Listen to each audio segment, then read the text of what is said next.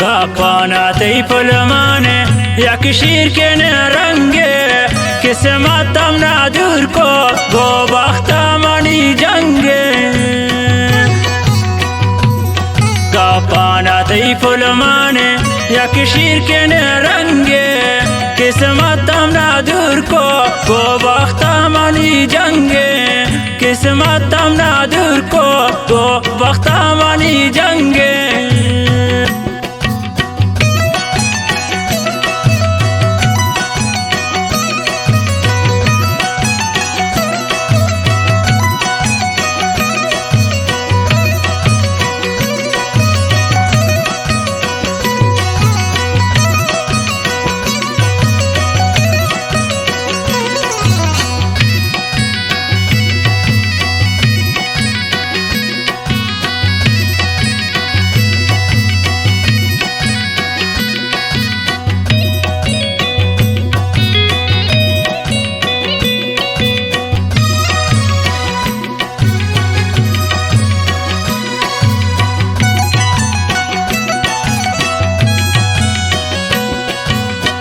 कुजे द्राचे आज शहरा हम बरिको आईता खुशबूता ना दिला शोती दर को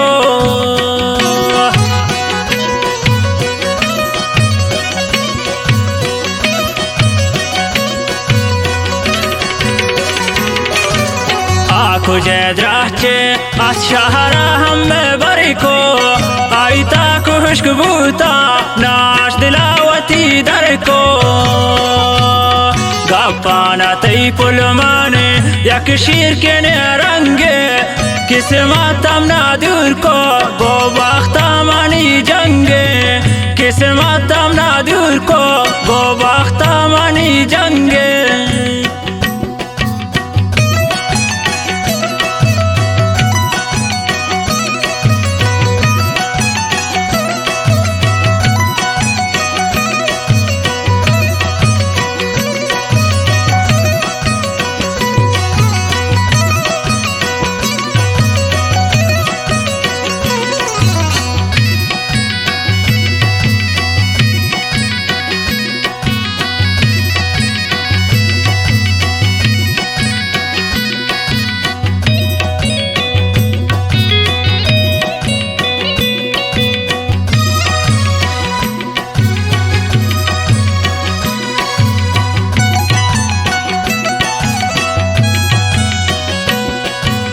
واتكان خوشی تو هم منا هشته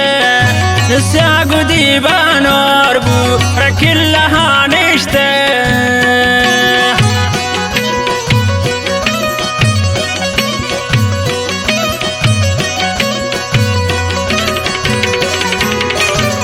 واتکان خوشی منا غمانگو هشته سیاگو دیبان اور ترکل لها गापानाती पुलमाने या किशीर के न रंगे किस्मत तमना दूर को गो बख्ता मनी जंगे किस्मत तमना दूर को गो बख्ता मनी जंगे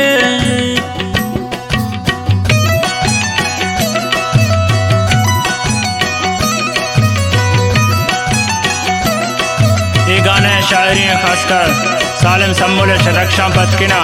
आवाज़ सराय बागिशा अमदल और गफूर जलाली खास फरमाइशें के साथ दिलजान रक्षानी फरमाइशें दिलानाज फरमाइशें दीवाना ताएं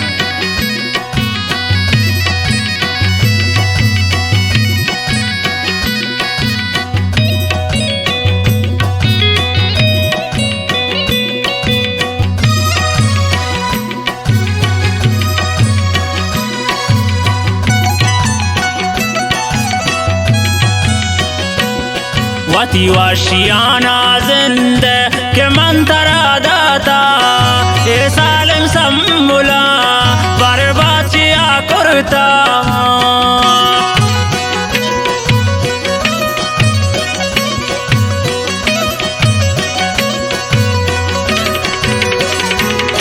वती वाशियाना जिंदे के मंतरा दाता ये सालिम सम्मुला